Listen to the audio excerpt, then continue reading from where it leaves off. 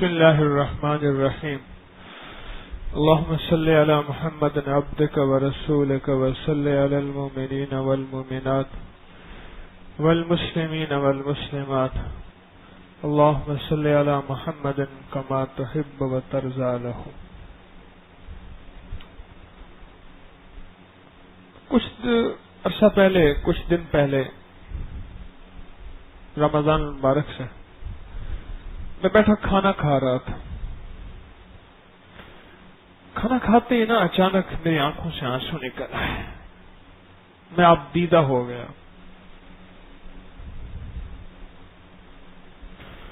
اور دل ہی دل میں میرے اندر ایک شکر کی کیفیت پیدا ہوئی. الحمدللہ والشکر اللہ، اللہم لک الحمد ولک الشکر. اے مولا تیرا کرم. میرے اندر یہ کیفیت کیا پیدا ہوئی، وہ کیفیت میں کچھ آپ کو عرض کرنا چاہوں گا. وہ کیفیت یہ پیدا ہوئی کہ طارق، تو آج بیٹھا کھانا دسترخوان پہ کھا رہا، فٹ پاتھ پہ نہیں کھا رہا، اور ذلت کا کھانا نہیں کھا رہا، عزت کا کھانا کھا رہا. شاید کتنے لوگوں سے اچھا کھانا کھا رہا ہوگا. اس کھانے کی بنیاد کیا ہے؟ تجھے اللہ نے اتنا کیوں دیا؟ اس کھانے کی بنیاد کیا ہے؟ تجھے اللہ نے اتنا کیوں دیا؟ کیوں دیا؟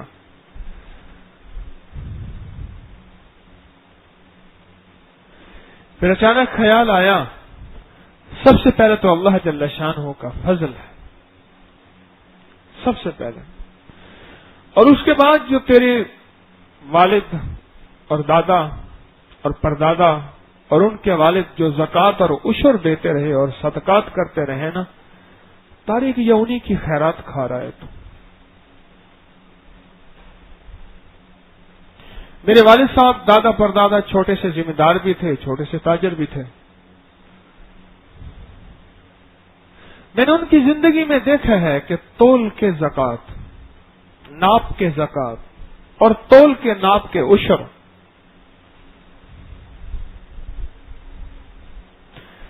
آپ کو علم ہے کہ کیڑے کہاں سے آتے ہیں؟ بنی اسرائیل میں کیڑے کہاں سے آئے تھے؟ قوم بنی اسرائیل پہ عذاب آیا تھا مینڈکوں کا، عذاب آیا تھا ٹڈیوں کا، عذاب آیا تھا خون کا. یہ کہاں سے آیا تھا؟ پھر توبہ کرتے بنی اسرائیل، پھر اللہ وہ عذاب ٹال دیتا. ہر چیز میں مینڈک ہوتے، ہر چیز میں مینڈک، اور وہ مینڈک ختم ہی نہیں ہوتے تھے. پھر توبہ کرتے، پھر اللہ عذاب ٹال دیتا. پھر ہر چیز خون بن جاتی تھی.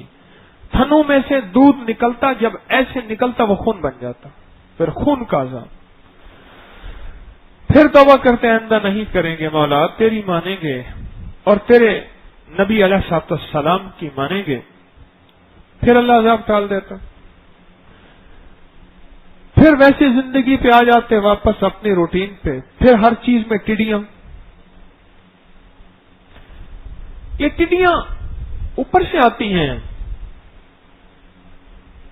یہ فصلوں کو کھانے کا نظام کہیں اور جگہ سے چلتا ہے. ان کو کیڑے مار دوائیں نہیں مار سکتی. میں سفر کر رہا تھا،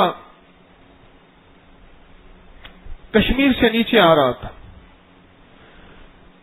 جگہ جگہ دیکھا میں نے دیواروں پہ لکھا ہوا تھا پنڈی کھیپ اٹک. اس علاقے سے میں یوں نیچے آ رہا تھا. دیواروں پہ لکھا ہوا تھا کہ اپنی فصلوں پہ سورت یاسین پڑھ کے دم کریں، اپنی فصلوں پہ سورت واقعہ کا سپرے کریں. واہ، پہنچی وہیں پہ خاک جہاں کا خمیر تھا. آئے اس زندگی پہ جو میرے مدینے والے نے زندگی دی، جو کملی والے کی مبارک اداؤں سے زندگی ملی، وہیں لوٹ آئے.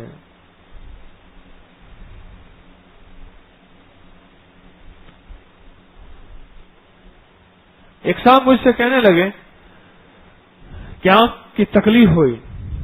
انہوں نے کسی کو سنایا, انہوں نے مجھے سنایا, میں ان کو اچھی طرح جانتا ہوں اور ان کے اس واقعے کا مجھے خبر ہے.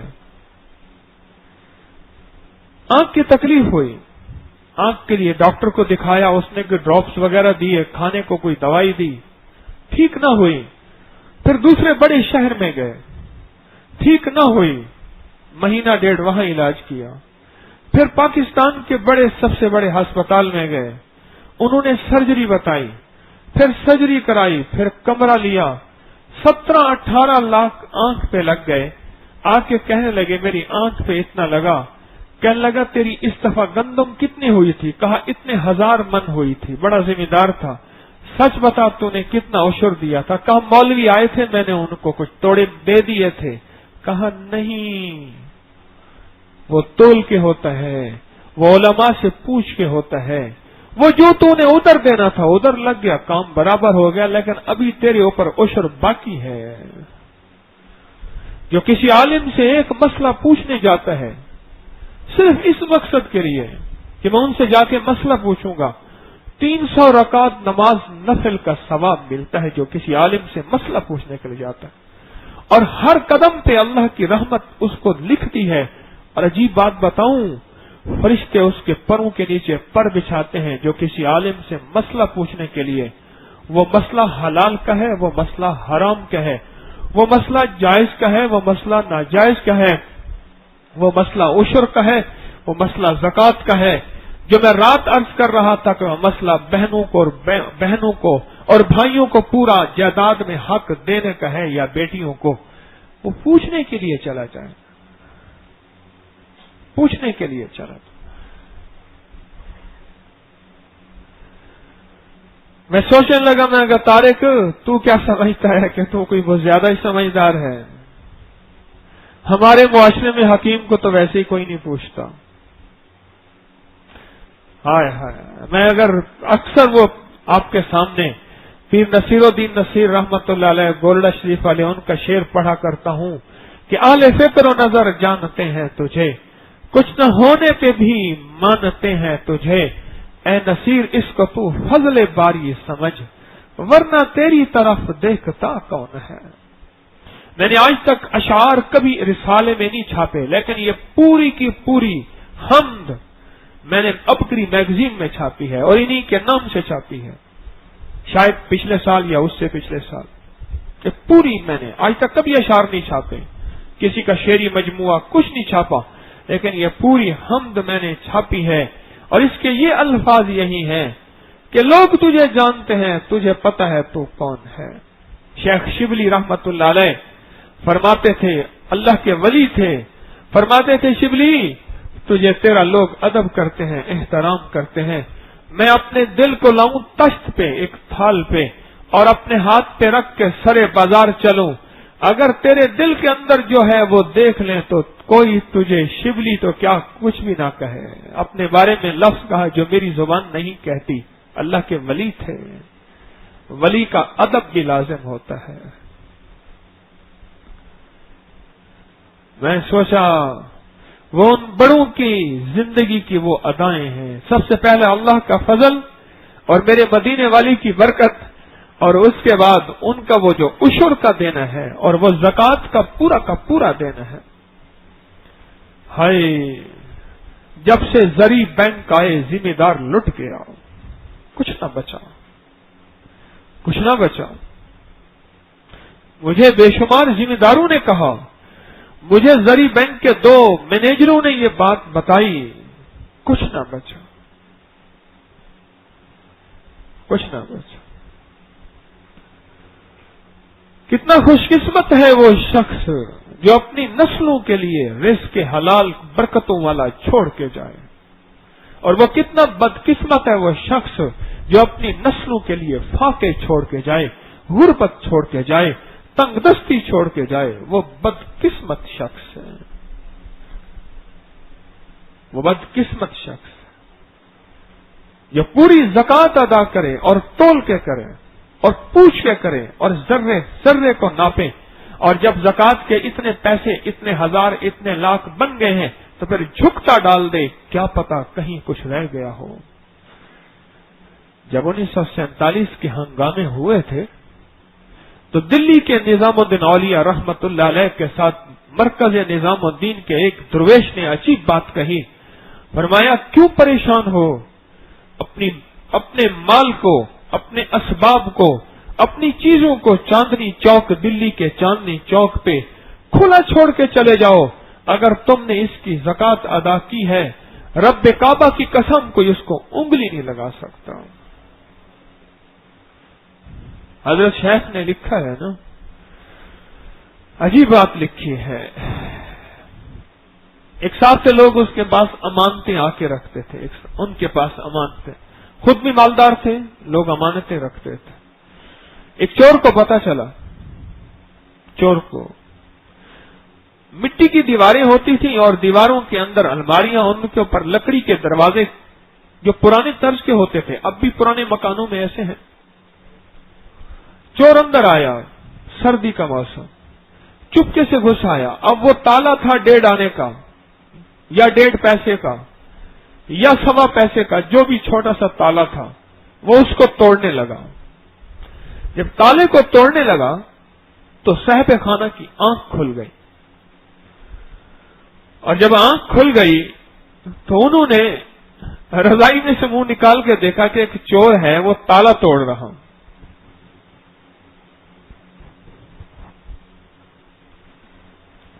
اور وہیں سے کہنے لگے بھیا جو میرا مال ہے اس کی میں نے جو ہے زکات دی ہوئی ہے، جو دوسروں کی امانت ہے، جو توڑنا ہے توڑ لے، میں سو رہا ہوں. چور بھی کوئی ڈھیٹ تھا، پتہ بھی چل گیا کہ مالک نے دیکھ لیا، پھر بھی تالا توڑتا رہا. اور صبح تک چھوٹا سا تالا جو ایک مٹھی سے یوں موڑے اور مڑ جائے وہ نہ توڑ سکا. اور صبح اٹھا اور پاؤں پڑ گیا، کہہ رہا آپ توبہ کراتے ہیں.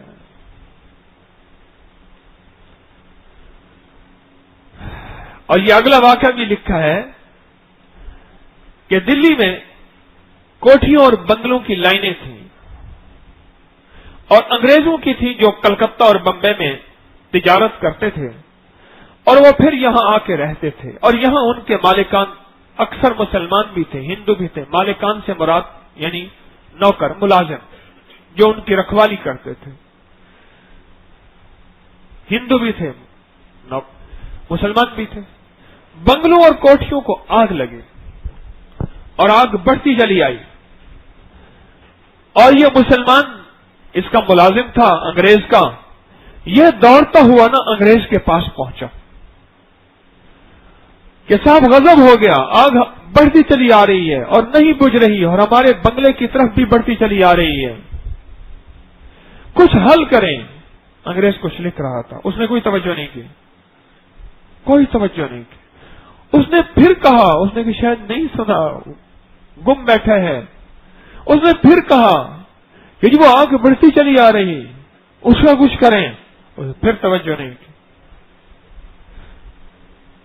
اس نے پھر اصرار کیا تو انگریز نے ایسے سر اٹھایا اور کہا چلا جا، میرے مکان کو آگ نہیں لگ سکتی، میں مسلمانوں کی طرز پہ پوری زکات ادا کرتا ہوں. وہ چپ کر کے چلا آیا. جب چپ کر کے چلا آیا، آگ پہنچی پر اس بنگلے کے قریب پہنچتے ہی بجھ گئی. اس بنگلے کے کسی پتے کو، کسی کھڑکی کو، کسی چیز کو، کسی دھاگے کو نہ جلا سکے. رزق کے دروازے ایسے نہیں کھلتے. میں نے شاید اسی رمضان کے درس میں آپ کو یاد ہوگا کہ کبھی لینے سے ہوتے ہیں، کبھی دینے سے بھی کھلتے ہیں، اور اکثر دینے سے کھلتے ہیں. اکثر دینے سے کھلتے ہیں. یہ یقین سے کہہ رہا ہوں، اکثر دینے سے کھلتے ہیں. بدقسمت شخص وہ ہے جو زکات دینے والا تھا، جو عشر دینے والا تھا، پر وہ لینے والوں میں شامل ہو گیا.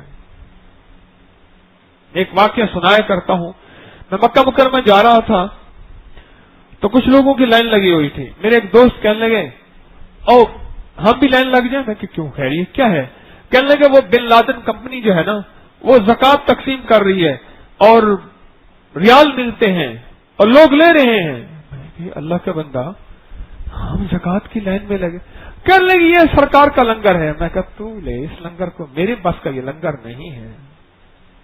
ایک درویش فرمانے لگے میں نے اپنے خاندان والوں میں سے ایک خاندان کو دیکھا, اپنی برادری کے خاندان کو, جہاں سے مال آیا انہوں نے لیا, زکوٰۃ, صدقہ, فطرانہ, حلال حرام جیسے ہے جمع کیا.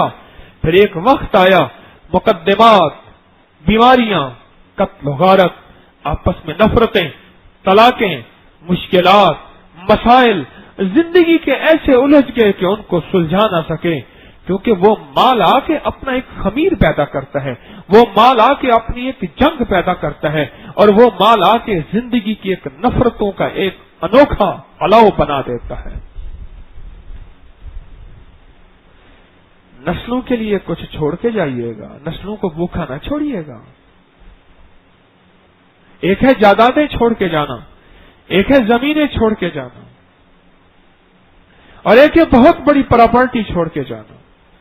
پچھلے ہفتے میرے پاس ایک ذمہ دار آئے, بہت بڑے ذمہ دار ہیں, ایک علاقے کے, لاہور کے نہیں ہیں لیکن یہاں لاہور ڈیفنس میں بہت بڑا ان کا گھر ہے, امیروں کی بستی میں. مجھ سے کہنے لگے دوائی وغیرہ لینے آتے ہیں, کوئی وظیفہ بتا دیں. میں نے کہا آپ کو کیا وظیفے کی ضرورت ہے؟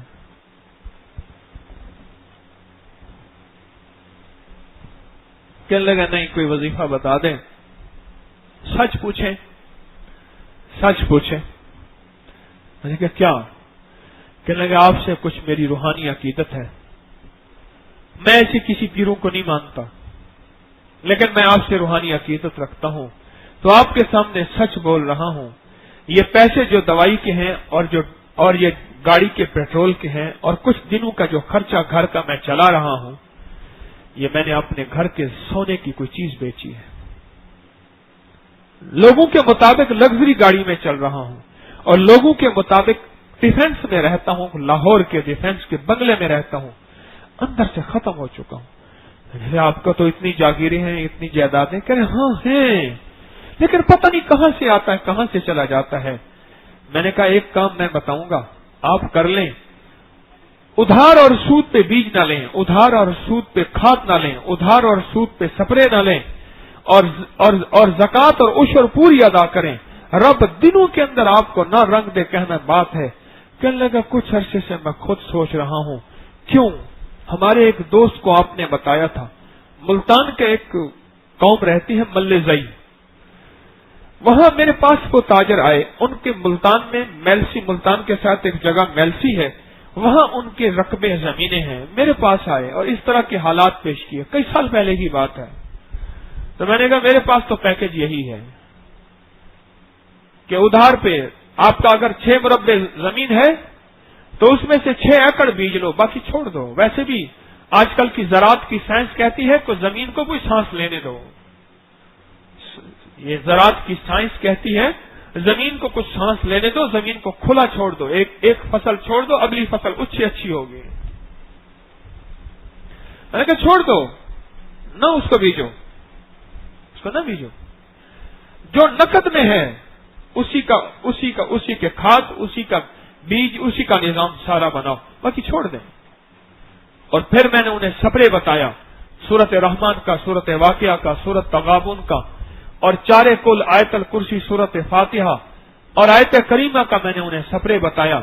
اس کو سپرے کے کرو, یہ سپرے کرو, اور وہاں نفل پڑھو, اور اس کے گرد اپنی فصلوں کے گرد چکر لگاتے ہوئے حفاظت والے اعمال اور درود پاک پڑھو. دیکھو کام بنتا یا نہیں بنتا. اور میں نے کہا لوگ تجھے پاگل بھی کہیں گے, دیوانہ بھی کہیں گے. مجھے بعد میں اس نے آ کے کہا, اور میں نے کہا جی لاہور کا کوئی پیر ہے, اس کے ہاتھ چڑھ گئے وہ خود کوئی سر پھرا پاگل آدمی ہے, تو اس کو بھی اس نے پاگل کیا ہوا ہے. بلکہ اس نے جو لفظ کہا وہ تو عجیب کہا. اس نے کہا جی وہ پیر ہے, اس کو ڈگڈگی میں نچا رہا ہے, اور یہ کہتے ہیں نا بس جو پیر صاحب نے کہہ دیا میں وہی مانوں گا. اور اتنا بڑا تو ذمہ دار پاگل, اتنا رقبہ تو نے کھلا چھوڑ دیا, کسی کو ٹھیکے پہ دے دیتا. انہوں نے کہا نہ, بیجوں گا تو خود بیجوں گا, اور جتنے پیسے ہیں اس کے مطابق بھیجوں گا، اللہ اس تھوڑی میں برکت دے گا۔ اور ایک بات میں کہا کرتا ہوں، اللہ والو برکت کو تلاش کرو، برکت کو تلاش کرو۔ سارے اولیاء کا میں نے پچھلے سے شاید اسی پچھلے ہفتے میں ایک درس میں عرض کیا تھا، رزق اولیاء، یاد ہے؟ رزق اولیاء، اس میں پورا درس تھا کہ اولیاء کو کہاں سے رزق ملتا ہے۔ کثرت کو تلاش نہ کرنا، برکت کو تلاش کرنا۔ اور اس کی مثال یہ ہے، کتی کتنے بچے دیتی ہے اس میں کثرت ہوتی ہے، اور بکری کتنے بچے دیتی ہے اس میں برکت ہوتی ہے۔ کبھی دنیا نے کتے کے ریوڑ دیکھے ہیں؟ حالانکہ وہ تو بچے زیادہ دیتی ہے، ریوڑ تو اس کے ہونے چاہیے، ریوڑ تو بکری کے ہوتے ہیں۔ یاد رکھیے گا، برکت پلتی ہے، برکت پنپتی ہے، برکت بڑھتی ہے، برکت نسلوں تک پہنچتی ہے، اور کثرت سدا ختم ہو جاتی ہے۔ رزق اولیاء کا خفیہ جو راز ہے، انہوں نے برکت لیا تھا۔ یہ گدی نشین جتنے بھی ہیں بغیر کمائے کھا رہے ہیں، وہ اولیاء کی برکتوں کا نظام ان کو مل رہا ہے۔ میرا دبئی میں درس تھا، جمیرہ میں، دبئی کا عمرہ کا آخری ایریا ہے، 37ویں منزل پہ بہت بڑے ایک ہمارے محسن ہیں منیر صاحب، ان کا بہت بڑا گھر تھا، وہاں درس تھا۔ مجھ سے کہنے لگے یہ جو 7 والا ٹاور ہے نا پاکستان کا، فلاں جو گدی نشین ہے، سارا ٹاور اسی کا ہے۔ وہاں کا جمیرہ اور دبئی، اور وہاں کا 1 انچ نام لیا باقاعدہ اس پیر صاحب کا، فلاں گدی نشین ہے، یہ سارا ٹاور اسی کا۔ میں کہا آپ کو کیسے پتا؟ کہ اس کا بیٹا میرے بیٹے کا دوست تھا، تھوڑی دیر میں بیٹا بھی آ گیا۔ میں نے کہا جی یہ ٹاور، کہ ہاں وہ فلاں میرا اس کا بیٹا میرا دوست ہے۔ وہ کہنے لگے یہاں کسی کے اثاثوں کو کسی کو پتہ نہیں ہوتا کہ کون سا اثاثہ کس کا ہے، لیکن یہ چونکہ اس کا بیٹا ہے، یہ سارا ٹاور اسی کا ہے۔ میں کہنے لگا واہ مولا واہ، وہ اولیاء کی اللہ سے تعلق، وہ عشر، وہ زکاتیں، وہ اللہ کی ذات کا تعلق اور وہ اللہ کی ذات کی محبت، نسلیں پل رہی ہیں، نسلیں پل رہی ہیں، نسلیں پل رہی ہیں، نسلیں پل۔ شیخ بہاؤالدین ذکریہ ملتانی رحمت اللہ علیہ سہروردی سلسلے کے بہت عظیم درویش ہیں، اور اتنے مالدار تھے کہ آج ایک سوٹ پہنتے تھے کل نہیں پہنتے تھے، وہ غربا کو دے دیتے تھے، اور ان کے کھانے اور ان کو پینے اور ان کی تجارت اور ان کا مال بے بہاؤ بے بہاؤ بے بہاؤ۔ سونے کے اونٹ لدے ہوئے آتے تھے، کجاؤں کے کجاوے لٹے ہوئے آتے تھے سونے کے، پر کیا کہتے تھے؟ کسی نے پوچھا شیخ مال کہاں سے آیا؟ فرمایا اللہ نے مجھے اپنی برکت کے خزانوں میں سے برکت دی ہے، اور اس برکت کو باقی رکھنے کے لیے میں نے زکات اور عشر کا ساتھ لیا ہے۔ لفظ سنیں، بڑا مبارک لفظ ہے، ایک اللہ کے ولی کی بات بتا رہا ہوں۔ اللہ نے اپنی برکت کے خزانوں میں سے مجھے برکت دی ہے، اور اس برکت کو بچانے کے لیے میں نے زکات اور عشر کا ساتھ لیا ہے۔ سوچ کے زندگی گزاریں، مال کو بچانا ہے۔ ایک درویش فرماتے تھے آج وہ دور ہے، اگر جیب میں مال ہے تو ایمان بچا رہے گا، ورنہ ایمان بھی چلا جاتا ہے۔ اور اگر اپنی نسلوں کے لیے بچانا ہے پھر تول کے پوری زکات دینی ہے۔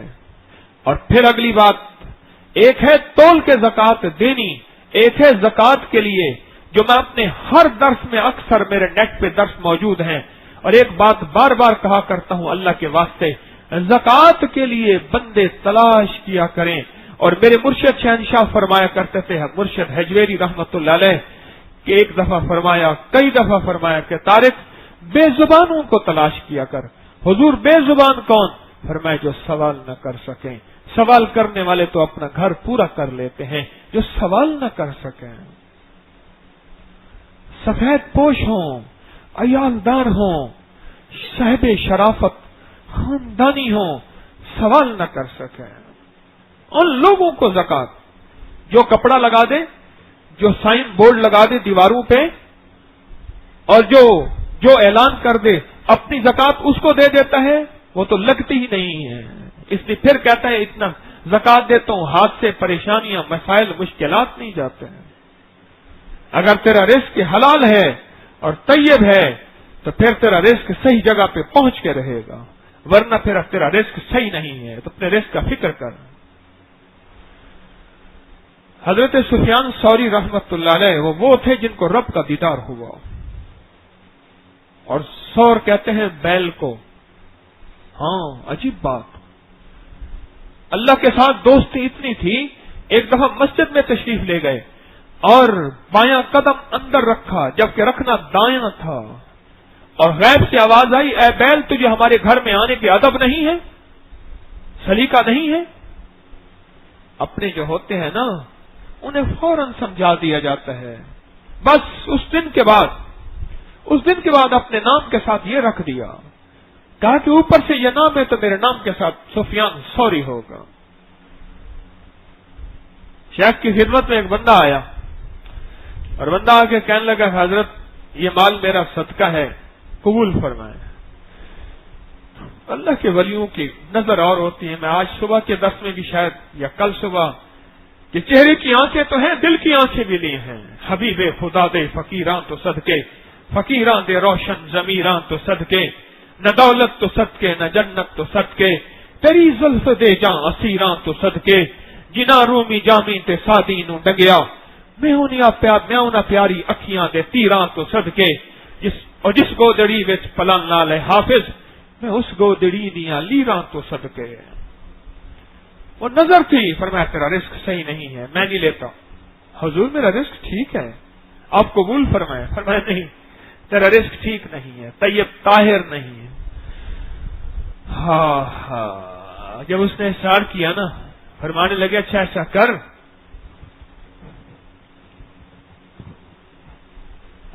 یہ رزق لے جا، اس میں سے کچھ، اور جو تجھے سب سے زیادہ مستحق نظر آئے نا اس کو دے، اور پھر اس کا پیچھا کر. وہ اس کو خرچ کہاں کرتا ہے پھر آ کے مجھے بتا. یہ لے کے چلے، دیکھا ایک لولا لنگڑا معذور مستحق اور بالکل ختم، نہایت قابل ترس. اس کو جا کے رزق دیا. اماؤنٹ موٹی تھی، یعنی مال زیادہ تھا. اس نے دیکھا تو اس نے اپنا بوریا بستر لپیٹا، اپنی گودڑی لپیٹی اور لنگڑاتا پیچھے اور چل پڑا، اور یہ خاموشی سے پیچھے چلا. کچھ دیر گیا، جب آدمی ختم ہو گئے، شہر ختم ہوا اور کچھ ویرانہ آیا تو وہ ٹھیک ٹھاک ہو گیا. وہ کوئی لنگڑا نہیں تھا، وہ کوئی اندھا نہیں تھا، وہ کوئی کانا نہیں تھا، وہ کوئی اپاہج نہیں تھا. وہ سارا نظام ایسے بنایا ہوا تھا. یہ اس کے پیچھے چلے، چلتے چلتے وہ ایک رنڈی کے کوٹھے پہ گیا اور ان پیسوں سے رنڈی کو خریدا. حیران کیا ہوا. شیخ کی خدمت میں واپس ہے سفیان ثوری رحمت اللہ علیہ کے، تو حضور یہ واقعہ ہوا. ہم تو کہتے تھے تیرا رزق صحیح نہیں ہے، اگر صحیح رزق ہوتا تو وہاں جاتا ہی نہ. اچھا تو ایسا کر، یہ ہمارے پیسے ہیں، لے جا، اور یہ پیسے لے جا کے نا کسی ایسے بندے کو جو تجھے مستحق نظر نہ آئے اس کو جا کے دے. جو تجھے مستحق نظر نہ آئے اس کو جا کے.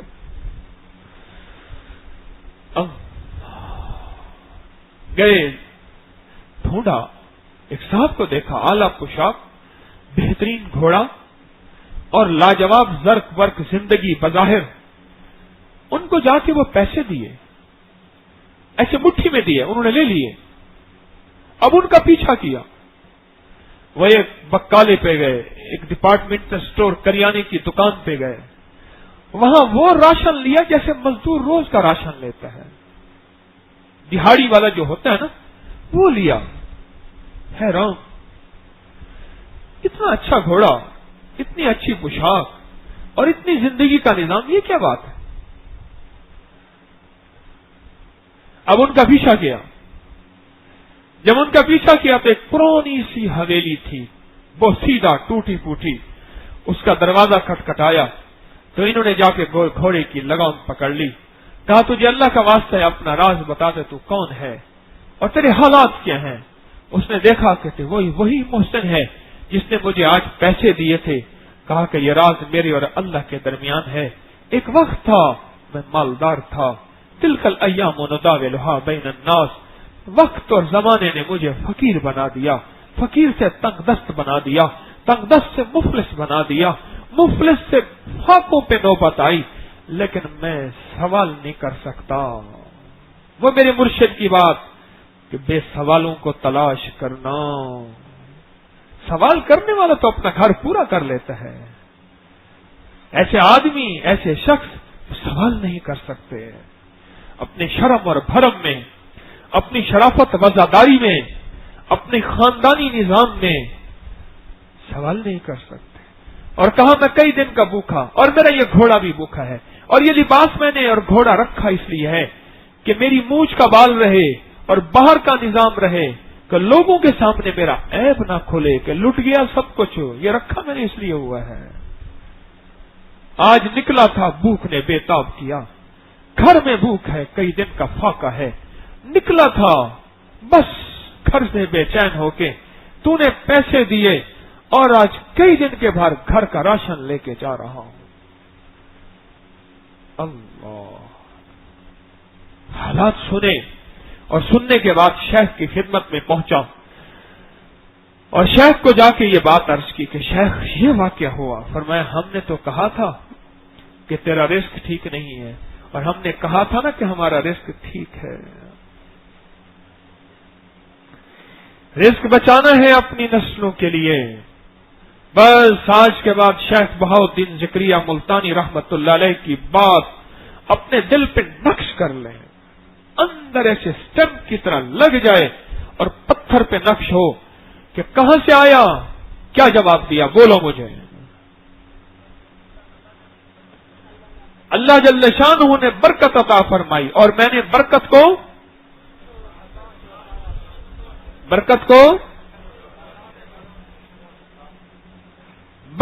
بچانے کے لیے عشر و زکات کا ساتھ لیا، اور عشر و زکات استعمال کی کہ میری برکت بچ جائے۔